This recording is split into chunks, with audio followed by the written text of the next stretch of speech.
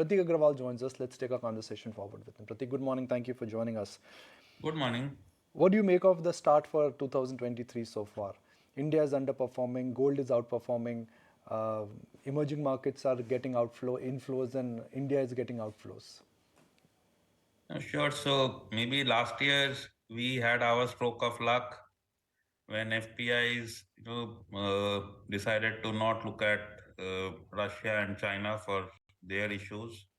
This time around, the new year is coinciding with China opening up and their markets doing vastly better and forcing some amount of realignment. To my mind, at this point in time, it is nothing more than that. Indian flows are way more structural than FPI outflows, and in periods of outflows, the domestic money gets a great chance to get itself invested for returns. Whenever the selling subsides. Uh, at Motilal Oswal AMC, your big holding essentially is financials. Financials have done rather well. And if the quarterly update and the HDFC Bank numbers are anything to go by, looks like the momentum is here to stay. Do you think financials per se are in a 2-3 year kind of a bull market, or it could be that IT moment where 1 year was good, second year was okay, and third year is bad? See, if we look at the capital intensity of an economy, it increases as the economy gains in size. We expect the same to happen in India as well. Now, which means on the sales side, total incomes, the financial should grow faster than the economy itself. And there, if we look at market share gains, then you have few names which can do significantly better. Now, what makes the financial space volatile and cyclical is the one, margins, which again have sustained for a very long period of time in India, and two, NPAs. Now, the last bad cycle, we saw NPAs like never before. If from that the financials have learned lessons, tightened processes, and if that is not going to recur in future, then I think financials could become a multi-year play. Else, it is almost always 2-3 good years, and then we get again the NPA cycle, and the sector takes a backseat.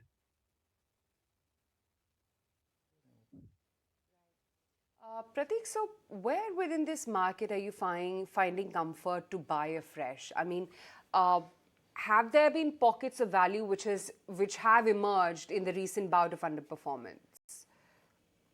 Yeah, no, so this is a market which we have been saying is finely valued, fully valued. So no spaces which are very cheap. If something is cheap, is with a reason. So good manner of investing in such a market is to probably look at spaces where there are tailwinds, which can result in some positive surprises as we go ahead in time. So I think the conversation started with banks, lenders. I think that continues to be the theme that we are focused on for the immediate term. In financials, I think we are increasingly focused on life insurance companies and health insurance companies. So for one, we will see probably EVs rising in line with new business in the immediate future. And then as the interest rates peak out and start to decline, maybe EV is rising ahead of new business momentum. And for health, well, COVID is behind us. It doesn't seem to be coming back, which means the payouts would decline. So similarly in healthcare, we do believe that versus generic branded generic businesses, something like hospitals stand out. So or maybe even pharmacy chains. So apart from the older themes like China plus one, benefiting chemicals, and so on. So a lot of those continue. Defense continues. Engineering continues. But then the big alpha could be made from, let's say, lenders, could be made from insurance kind of spaces. Prateek, hi, morning. What's your outlook in terms of what the expectation will be from the budget and thereby any particular sectors like, say, cement or infrastructure that you'd be looking at closely? So budget, to my mind, would continue to focus on nation building and growth. The world is doing that. We should not be an exception. Government finances are looking good. So I think we should hope to get more of what we got in the last budget.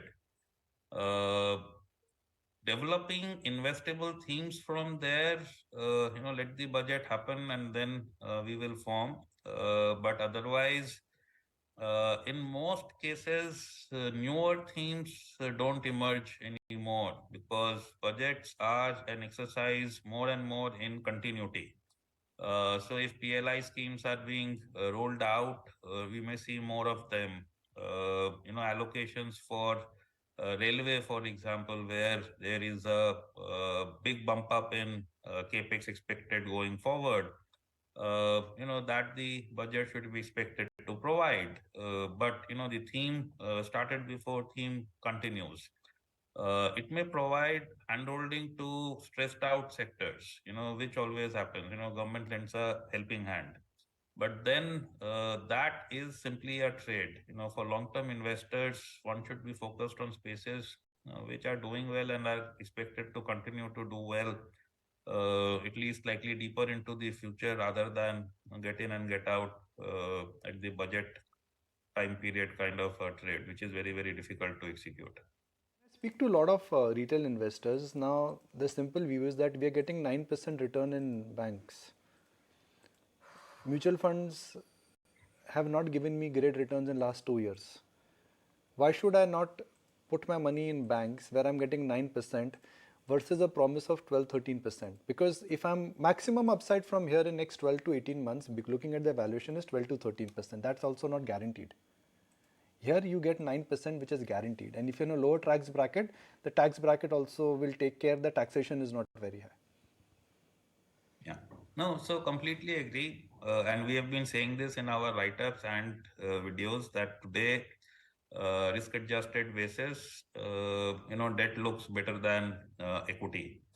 Now, this thing can sort out in many ways. One, interest rates peak out and maybe decline a bit towards the end of the year. So yes, debt will make more returns, but then equity will get competitive, or equity moves sideways for a quarter or two, and then for the rest of the year, if you make the same call of 12 odd percent versus 6% then of debt, it will become compelling.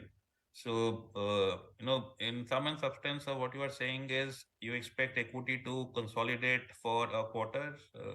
Entirely possible, also my view.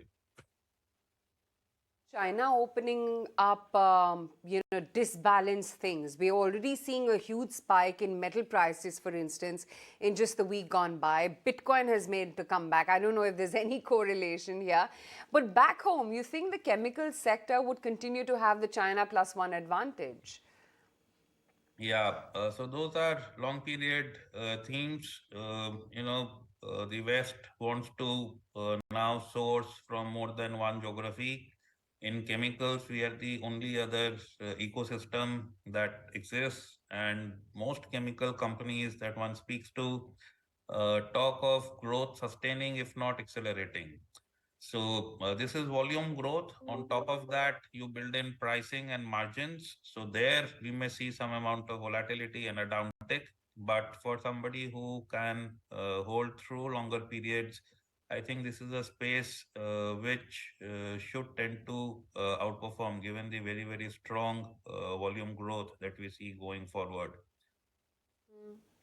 You recently, Prateek, gave a view that you find new age tech companies have turned attractive now after the recent sell-off. Help us understand where within this large pool do you scout for opportunities and whether you've already added something to your declared portfolios. So I don't do names, but I'll give you the thesis. There was a time when the IPOs happened, and these tech companies wanted to do everything under the sun, which meant that the losses could be there for a very, very long period of time, which is something that in a listed space, it is very, very difficult to get glued on. Now, the change is that after the battering the space has received post listing, most of the guys are talking of path to profitability, at least on the EBITDA level, and that too in foreseeable future, 2 quarter, 3 quarter kind of stuff. Uh, I think we would be watching that if it happens. These are spaces which can result in a very, very sharp turnaround in profit from a minus X crores to plus X crores and maybe 2X, 3X crores. So the profits when they emerge could very rapidly become multiple of the losses that have been incurred so far. That's the promise of the space. The trajectories in many businesses point towards that, and I think we are very, very clued on there. So many of these businesses, if you ask whether they will be there 10 years hence, the answer is a clear yes. Valuations make sense to me now. So these are businesses where we may have stressed investors who may be wanting to get out. So a lot of volatility will be there because of change in hands. These are not businesses mostly where the promoter entity holds a large stake. So practically everybody is a public shareholder, and the change in hands will cause some volatility. But good businesses and not so strong hand is the manner of looking at this space. On the business side, we are very positive. Okay, Prateek, point taken. Great to have you on the show. We'll let you go on that note. Good speaking with you as always. Let's take a Thank very you. quick break. Come right back. We'll have the Grief